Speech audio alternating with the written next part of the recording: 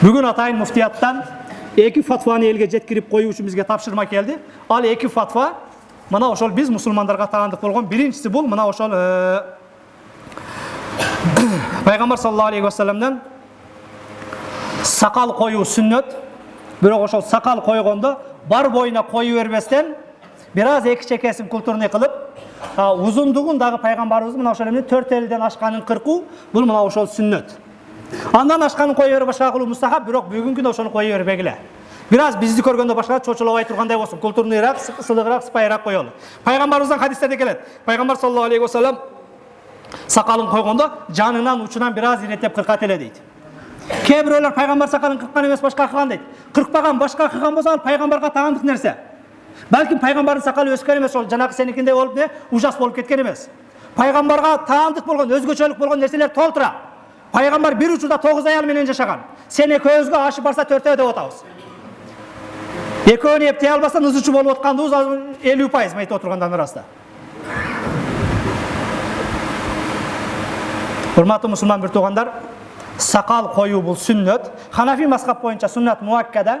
Кээ бир алымдардын пикири боюнча илимдүүлөргө, молдолорго, мага ошол маселе айттырымдарга важип дегенге чейин барат, бирок фатва туурасы ар-ражих, туурасы мына ошол сүннөттөн ашпайт. Ал эми башка мазхабтарда, Шафи мазхабта, Хамбали мазхабтарда мустахаб менен чектелет. Ал эми сакал коюудан тоскон жерим жок. Сакалды эркек аттуудун баары коюш керек, бирок ошол эмне культурный ирети менен. Экинчиси мына ошол аялдардын хижаб маселеси. Хижабта эч кандай бир каршылык жок. Хижаб фарзу айн. Ар бир аял хижаб салыныш керек. Мына ошол жүзүн ачык кылса болот, колун ачык кылса болот. Анан калган жери бардыгы жабык болуш керек. Анан кызыл ашыктан ылдый, путун ачык кылса болот. Пайпак кийбей койсо болот, кызыл ашыктан ылдый.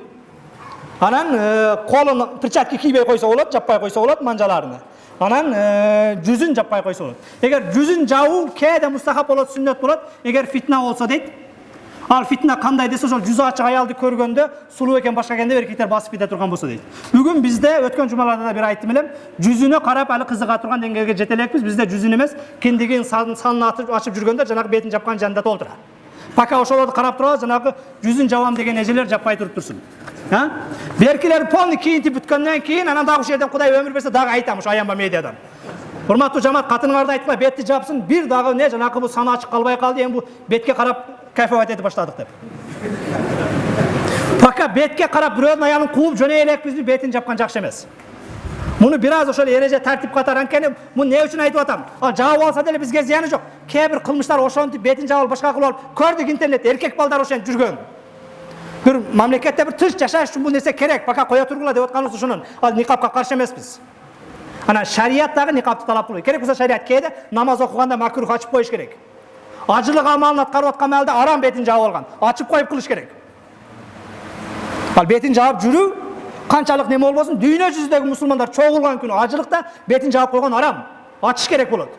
Намазда ачып коюш керек, макрух болот. Анан качан жап деп айтабыз, ошол жүзүнө карап башка кылып адамдар баары ошол жүзү ачык аялды кууп калган маалда. Пока берки жалаңачтарды деле кууганга жарабай калдык, баарыбыз импотент болуп.